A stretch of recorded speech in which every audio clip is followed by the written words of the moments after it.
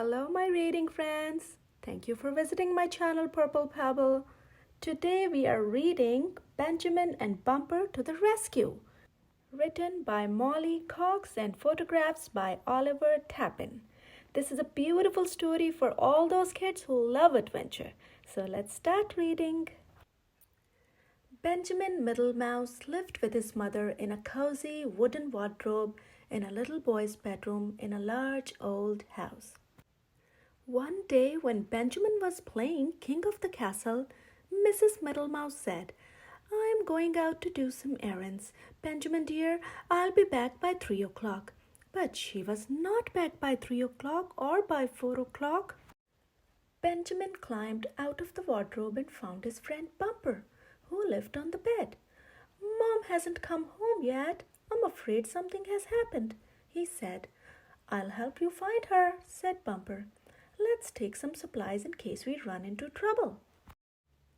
Benjamin loaded everything they might need for a search and rescue mission onto Bumper's back. "Okay, we're ready," Benjamin said. Bumper peeked into the hallway. "The coast is clear," he said. "Let's go." First, they searched the kitchen. Bumper sniffed under the cupboards. "No sign of her down here," he said. "Or up here," said Benjamin, who had climbed onto the table. "Where could she be?" "Let's ask the pantry mice," said Bumper. "Maybe one of them has seen her." Bumper trotted into the pantry. "We're looking for Benjamin's mother," he said. "Does anyone know where she is?" "I saw her a few minutes ago," said Posy Pantry Mouse. "She was on her way to the garden to pick a tomato." "Be careful if you go outside," said Posy's father. "Sir Pouncelot is on the prowl. He's hunting mice and moles to put in his favorite dish, mouse and mole casserole." "We have to warn Mom," cried Benjamin. Benjamin and Bumper unpacked the scooter they had made for the round-the-village race. They lashed the parts together and hopped on. "Full speed to the garden," Benjamin shouted. They zipped down a rocky path to the garden, parked the scooter and searched the tomato patch. Bumper picked up a scrap of pink paper. "What's this?" he said.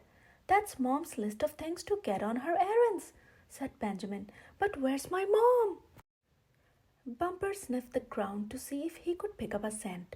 "She was here just a few minutes ago," he said. "And so was Sir Pouncelot." Benjamin's eyes filled with tears. "Are we too late?" he cried. "I don't think so," said Bumper. "The scent leads this way." Benjamin followed Bumper to the shadowy end of the garden. "Bumper, look! There's Sir Pouncelot's tower," Benjamin said. "Climb on!" shouted Bumper. Bumper pushed through a thorny thicket to get to the tower. The stairway inside was long and steep. "We'll need ropes," said Bumper. "And ladders and some tools," said Benjamin. When they reached the top step, they found a door. "It's locked," said Benjamin. "Maybe we can see something through the window." They saw Benjamin's mother, locked in a cage. Sir Pouncelot stood nearby, stirring a cheese sauce and singing to himself, "I love mice and moles in my dinner casseroles, but I only caught a micey, no problem, she'll do nicely, washed down with a warm bowl of cream." Benjamin whispered, "What are we going to do?" "I've got an idea," said Bumper. "Get out the sewing kit and a fishing pole." Working quickly, Benjamin and Bumper made a bundle of fabric and fluff that looked like a mole. Benjamin dangled it from the end of the fishing line. "Hello," he squeaked. "Is anyone home?"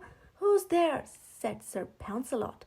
"A little mole," Benjamin said. "I am lost. Can you help me?" Sir Pouncelot opened the door and grabbed the mole. Bumper charged into the room. "Benjamin and Bumper to the rescue!" he shouted. Then he knocked the cat flat. Benjamin unlocked the cage and helped his mother climb out. "What brave and clever boys you are!" Mrs. Middlemouse cried. She slid down the rope and hugged Benjamin and Bumper. "Is Sir Pouncelot going to be okay?" asked Bumper. "Don't worry about him," Mrs. Middlemouse said. "He'll be pouncing on mice and moles again in no time." Unless, she thought for a moment, maybe there's a way to stop him. A little later, Sir Pouncelot opened his eyes. What happened? He asked. Bumper knocked you out, said Mrs. Middlemouse, and we found the key to your tower. We're going to lock you inside, unless you promise never to eat mice or moles again. But mice and moles are my favorite food, cried the cat. We'll help you find some new favorites, said Mrs. Middlemouse. My friends and I will cook for you, so you will always have good things to eat. The next day, Mrs. Middlemouse and her friends prepared a feast for Sir Pouncelot. He was sure he wasn't going to like any of it, but he was surprised. The catnip soup is superb, he exclaimed. Would you like to try the Mewillis macaroni casserole? Asked Mrs. Middlemouse. Yes, please, Sir Pouncelot said. He ate it all up, then licked the dishes clean. The end. If you enjoy reading with me, be sure to like and subscribe and buy this amazing book for your home library. Thank you.